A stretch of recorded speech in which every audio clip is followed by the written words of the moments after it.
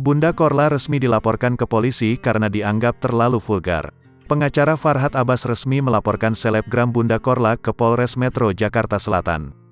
Diketahui, Farhad Abbas sempat mendatangi kantor polisi untuk melaporkan Bunda Korla pada Senin, tanggal 30 Januari tahun 2023. Alasan Farhad Abbas membuat laporan terhadap selebgram Bunda Korla karena dinilai melanggar Undang-Undang ITE. Informasi itu diketahui lewat postingan terbaru Farhad Abbas di Instagram pribadinya, Farhad Abbas Official. Dalam unggahannya, Farhad memperlihatkan dirinya tengah berada di kantor polisi. Pun ia memamerkan senyum sumringah berfoto selfie dengan seorang pengacara dan dua petugas di sana. "Mamang Cor resmi kami laporkan UU ITE," tulis Farhad Abbas.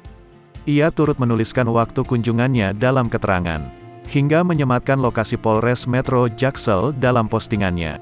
30 Januari 2023, tulis Farhad.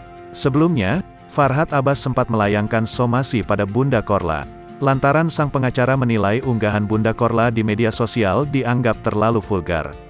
Farhad Abbas juga menyebut aksi Bunda Korla itu dapat membawa pengaruh buruk untuk Indonesia dan bertentangan dengan norma kesusilaan. Karena itu, Farhad yang mengaku sebagai perwakilan dari Lembaga Swadaya Masyarakat, LSM, memiliki peran anti maksiat, mengeluarkan somasi untuk Bunda Korla. Oleh karena itu kita sebagai lembaga swadaya masyarakat yang punya peran di anti korupsi, anti maksiat.